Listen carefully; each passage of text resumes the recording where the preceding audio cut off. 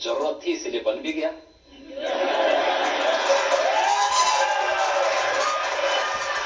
मेरा ये मानना है भारत के इतिहास की सबसे महत्वपूर्ण और अभूतपूर्व, हर भारतवासी को अद्भुत और आनंदित करने वाली घटना है अयोध्या में श्री राम जन्मभूमि पर मर्यादा पुरुषोत्तम प्रभु श्री राम का भव्य मंदिर का निर्माण। आप देख रहे होंगे अयोध्या के अंदर लाखों की संख्या में श्रद्धालु प्रतिदिन आ रहे हैं, आज भी आ रहे हैं। अयोध्या की आज की अयोध्या को और आज से 10 वर्ष पहले की अयोध्या को देख करके कोई आता है तो पहचान नहीं पाता है कि सचमुच ये वही अयोध्या है। मैं देख रहा था पूरे देश के अंदर से जो भी श्रद्धालु वहां आए थे, कोई जमीन चूम रहा है, कोई पिलर को चूम रहा है, उनकी आंखों में आंसू थे। तो मैंने कुछ लोगों से पूछा, मैंने कहा कि आप इतने भावुक क्यों हो जा रहे हैं? उन्होंने कहा साहब, जिस कार्य को देखने के लिए हमारी कई पीढ़ियां तरस गई, 500 वर्षों के उस लंबे इंतजार को मोदी जी ने समाप्त करवा दिया। अयोध्या में जो कार्य अयोध्या के लिए और दुनिया के लिए असंभव था, उसको मोदी जी ने संभव बना दिया। और ये हमारे लिए नहीं बल्कि इस लोक के साथ साथ परलोक को भी जवाब देने का एक अवसर हमारे पास हो चुका है कि हाँ, हमने अयोध्या में राम मंदिर के निर्माण शिलान्यास को भी देखा, राम मंदिर के निर्माण को भी देखा और रामलला को 500 वर्षों के बाद जन्मोत्सव मनाने का अवसर भी अपनी जन्मभूमि पर प्राप्त हुआ है।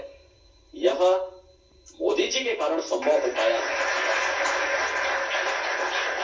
ये सब कहते बेकार का मंदिर है। वही आ रहा हूं ना, समाजवादी पार्टी के बारे में हर व्यक्ति जानता है।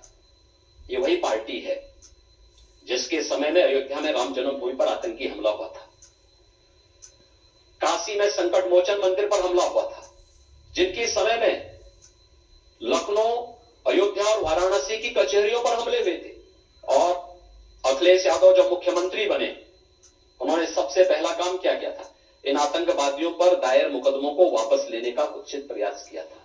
और तो हम धन्यवाद देना चाहेंगे न्यायपालिका का कि न्यायपालिका ने उन दुर्दांत आतंकवादियों को बाहर निकलने से रोका, अन्यथा क्या दृश्य होता। जो लोग राम भक्तों पर गोली चलाते हैं, जो लोग राम को काल्पनिक मानते हैं, इतिहास साक्षी है, जिसने भी राम का विरोध किया है उसकी दुर्गति जरूर हुई है। इनकी दुर्गति तय है। अपनी दुर्गति के लिए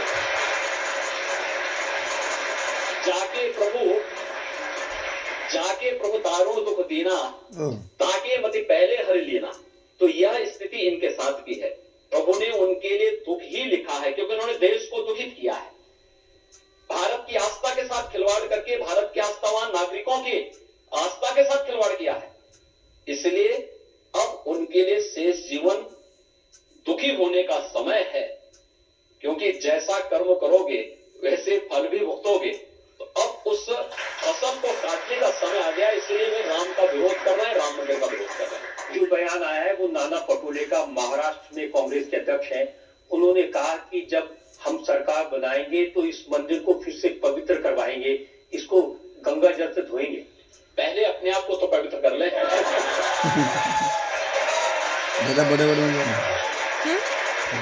राहुल गांधी तो बार बार अपनी हर पब्लिक मीटिंग में कहते हैं कि ये जो प्राण प्रतिष्ठा का कार्यक्रम है, इसमें उन्होंने अमिताभ बच्चन को देखा, ऐश्वर्या राय को नाचते हुए देखा, लेकिन किसी गरीब को, किसी मजदूर को नहीं देखा। इनको शर्म आनी चाहिए इस प्रकार की भाषा का उपयोग करने में कि कोई गरीब नहीं था। ये श्रमिक कौन थे जो मंदिर का निर्माण कर रहे हैं? उनका महिमा मंडन प्रधानमंत्री अपने हाथों से कर रहे हैं।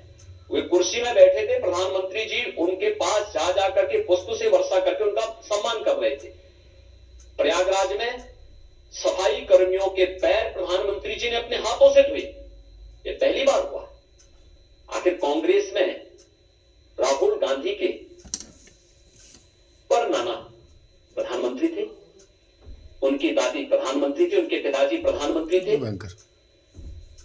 और 2004 से 2014 तक उनकी माताजी सुपर पीएम के रूप में कार्य कर रही थी। आखिर इस दौरान कभी इनको किसी गरीब के घर में पगोड़ा कहाँ बनाई है?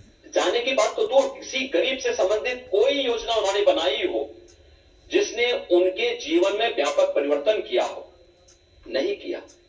राहुल एंड कंपनी, ये लोग मंदिर क्या जाएंगे? तो देखा ना 2000 गुजरात के चुनाव के दौरान उनको ये तक नहीं मालूम था कि मंदिर में जाना कैसे बैठना है। ऐसे लगता था जैसे कोई नमाज पढ़ने के लिए गया हो। तो पुजारी ने समझाया था भैया ये मंदिर है, मस्जिद नहीं है। पालती मार करके बैठिए, पूजा करना है तो पालती मार करके बैठा जाता है। ये कोई जो है नमाज पढ़ने का वो नहीं, मुद्रा नहीं यहाँ बनानी है। अब जिनको ये भी संस्कार न हो वे राम मंदिर के बारे में चर्चा करें, जिनका खानदानी इतिहास है राम मंदिर के विरोध का, वे भारत की आस्था को क्या जान पाएंगे? आज ऐसा थोड़े पहली बार हो। शिकायत कर रहे हैं कि राष्ट्रपति द्रौपदी मुर्मू को प्राण प्रतिष्ठा के कार्यक्रम में इसलिए नहीं आमंत्रित किया क्योंकि वो एक आदिवासी है। पहली बार देश के अंदर एक आदिवासी महिला है, देश की राष्ट्रपति बनी है। वह किसके कारण? प्रधानमंत्री मोदी जी के इनिशिएटिव लेने के कारण, कि समाज के अंतिम पायदान पर बैठे हुए, अंत्योदय से अमृतोदय की यात्रा है हमारी, अंतिम पायदान पर बैठे हुए व्यक्ति को भी सत्ता के सिंहासन पर बैठने की स्थिति है।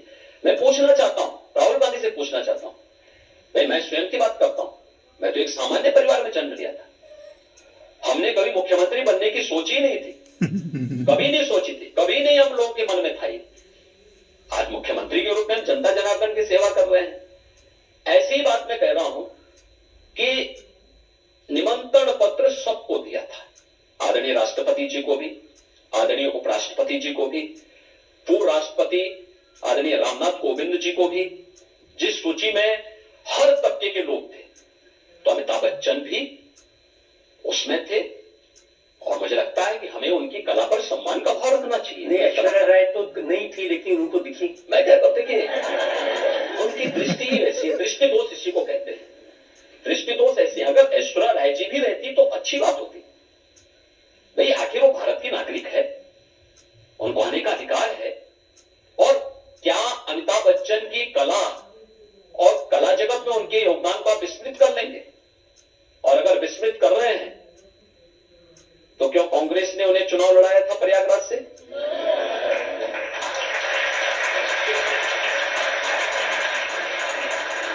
योगी जी, बहुत सारे लोग राम मंदिर की चर्चा करते हैं। अब खड़गे जी एक दिन कह रहे थे अपने कैंडिडेट से, तुम शिव हो, तुम्हें राम से लड़ना है, तुम हरा सकते हो राम को।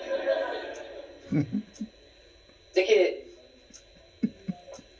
भारत की परंपरा में, सनातन धर्म की परंपरा में राम और शिव एक दूसरे के पूरक है। भगवान राम ने रामचरितमानस में स्वयं इस बात को कहा है कि शिवद्रोही अगर मेरे समीप आने का प्रयास करता है तो वह सपने में भी मेरी कृपा नहीं प्राप्त कर सकता है। और जब लंका में सेतु बंध का निर्माण करना था तो प्रभु राम ने पहले रामेश्वरम में भगवान शिव की ही उपासना की थी। जब नामकरण की बात आई, भगवान राम ने ज्योतिर्लिंग का नाम रामेश्वरम रखा कि राम के ईश्वर हैं। लेकिन शिव से पूछा गया तो भगवान शिव ने कहा नहीं नहीं, जिसके ईश्वर राम है वही रामेश्वर है। देखो दोनों एक दूसरे को सम्मान दे रहे हैं। ये भारत की परंपरा है। कांग्रेस ने बांटने की राजनीति हमेशा की है। पहले देश को बांटा, इसके बाद क्षेत्र और भाषा के आधार पर देश को बांटने का कुत्सित प्रयास किया। अब सोचिए 1947 में देश का विभाजन इन्होंने कराया। उस समय बाबा साहब अंबेडकर रहे हैं या बहुत सारे ऐसे महापुरुष थे जिन्होंने कहा कि देखो देश का बंटवारा नहीं होना चाहिए और करना है तो पॉपुलेशन ही बदल दो जी। वह जिसकी भारत में आस्था नहीं, भारत में क्यों रहेगा? वो जाए ना, रास्ता वहां का, नापे वहां का, जान को जाना है, क्यों भारत में बोझ उठोगे? क्षेत्रफल दिया, ज्यादा दिया गया, आबादी कम गई। ज्यादा क्षेत्रफल मिलने और भारत की बहुत अच्छी उपजाऊ भूमि वहां जाने के बावजूद